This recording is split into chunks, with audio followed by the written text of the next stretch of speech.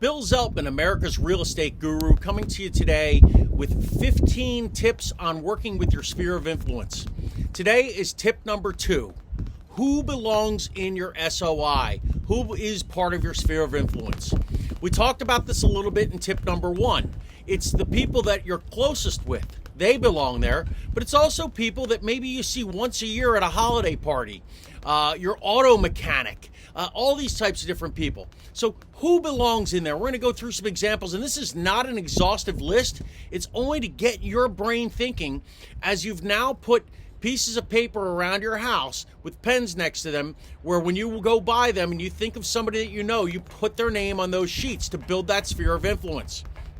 Past coworkers. Even if your last job was waiting tables, I don't care what you did, get your past coworkers' names on that sphere of influence. Your friends. Yes, even people you knew in high school, people you haven't seen in 20, 30 years, get their names on that piece of paper. You never know if they might be looking to buy or sell a house, and this is your job now to reconnect with them and to build that sphere of influence out. Your spouses or partners' coworkers. So if your husband or wife works for a company, get the people that they work for's information.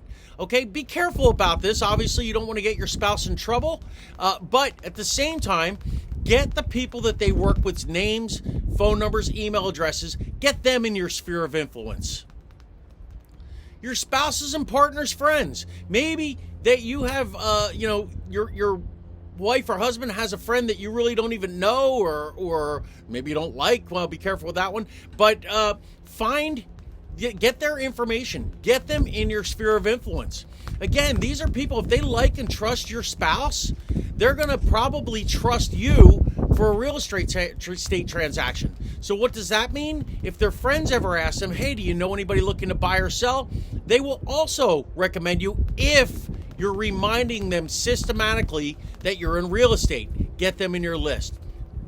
If you have children, your kids' friends and their parents, depending on their, on their age and things like that, your kids' friends, if they're over 18, start getting their information in there. What about if you have younger kids? Get to know their parents. Go to school events.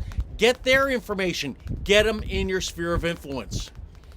Your kids' teachers and other workers at the school. Everybody from the cafeteria lady to the principal. Get their names. Get them in your sphere of influence. Your extended family. Oh, that long-lost crazy aunt that you haven't talked to in 20 years. Reconnect. Get her in your database. Your neighbors. Walk around your neighborhood. You should be acting as if you're mayor of your neighborhood anyway, and we'll talk about that in other trainings that we do. But it's so important that your neighbors not only know that you're in real estate, but that you stay in touch with them and keep them up to date on what's happening in real estate in your neighborhood.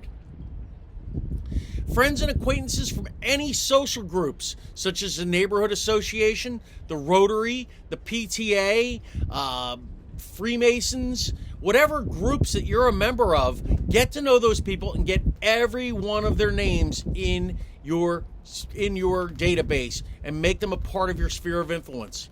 And then anyone that you interact with regularly. I said auto mechanic before, and that was one example.